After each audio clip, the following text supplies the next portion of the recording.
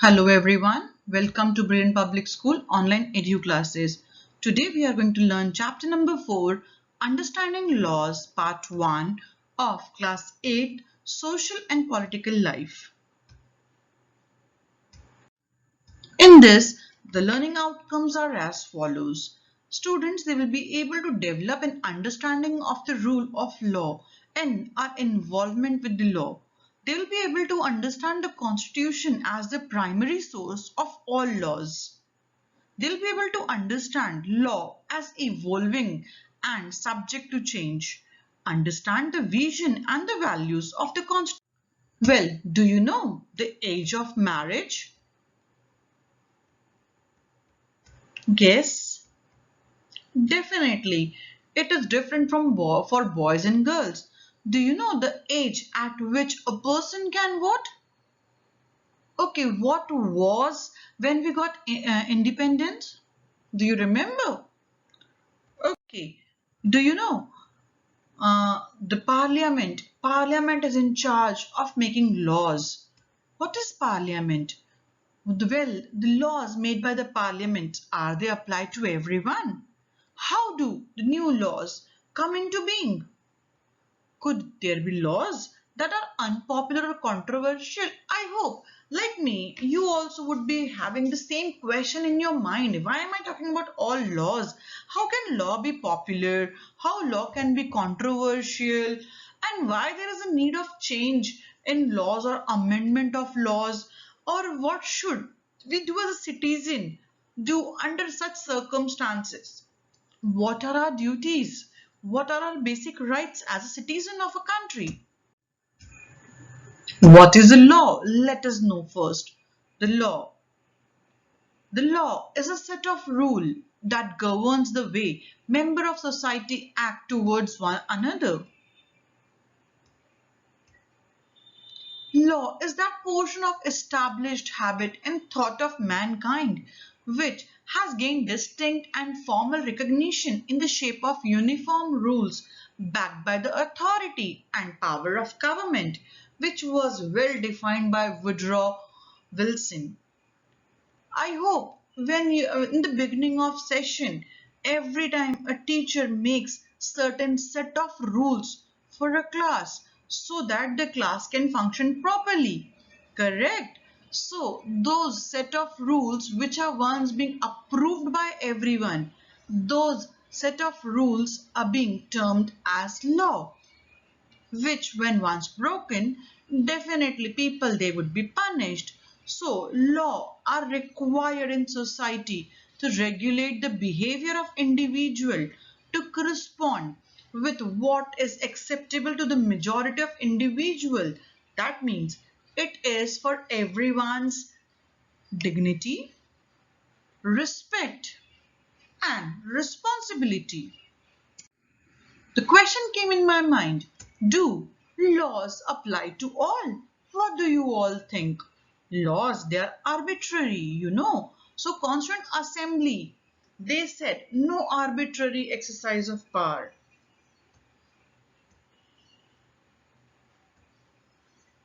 There are several provisions to establish rule of law and everyone is equal before the law.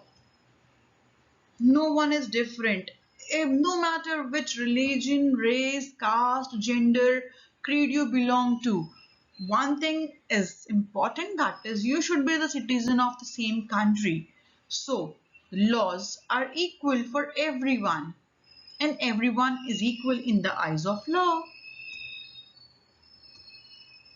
There is no discrimination between persons.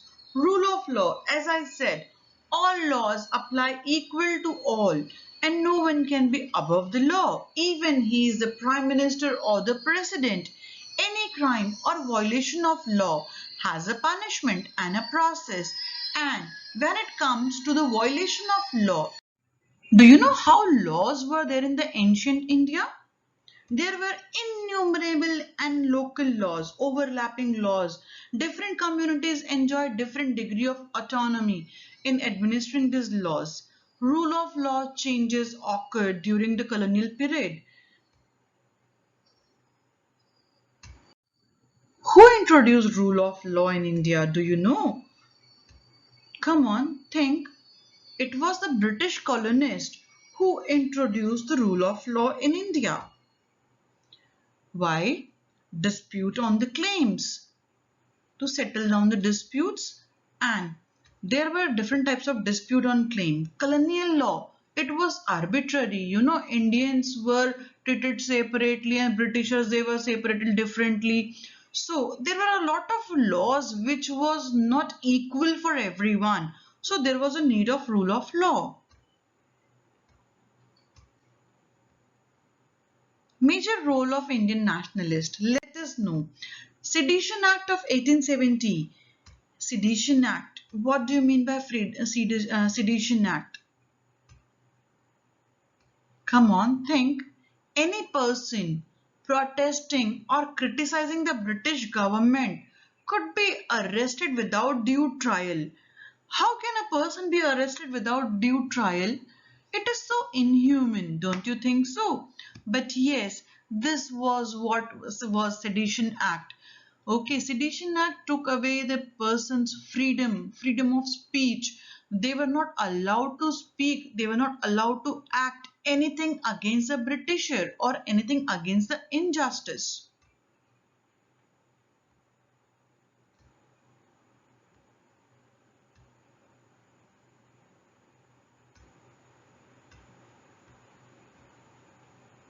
Indian nationalists, they protested and criticized because it is not possible in our own country when we are not given the freedom to speak.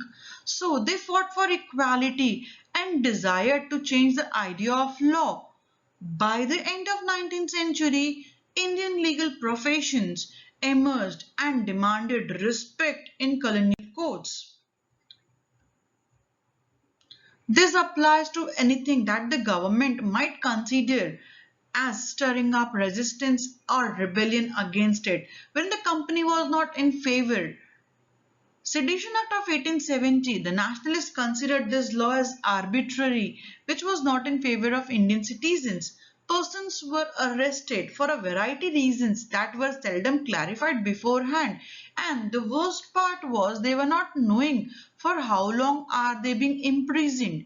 Those who were arrested were kept in jail without a trial.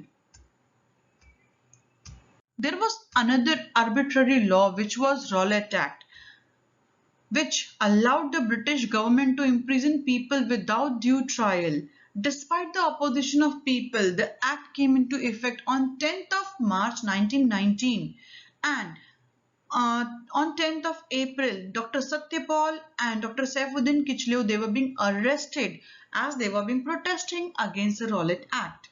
So, to protest public meeting held at Jallianwala Bagh on 13th April 1919, General Dyer, he ordered the troops to fire, and Jallianwala Bagh was a very bitter and a remarkable act. Herein several hundred people they died. A public meeting was being called at Jallianwala Bagh on 13th April to protest against the arrest of Dr. Kichlew and Dr. Satyapal. After the constitution adapted, the representatives they began to make laws for the country.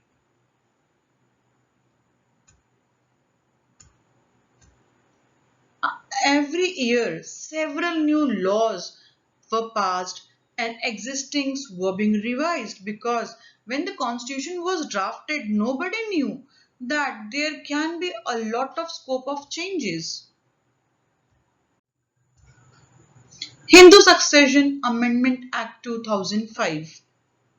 How many of you are aware of Hindu Succession Act? Are you aware of Hindu Succession Act? Succession Act talks about the inheritance of the property of the father or the forefather. So there was an amendment in Hindu Succession Act in 2005 which says sons and daughters and their mothers can get equal share of the family property. So it was just to give the respect to a woman who was always being ignored by the society. Similar laws also enacted to control pollution and provide employment. With this, we end our first part. We'll continue in the next part. Happy learning, everyone.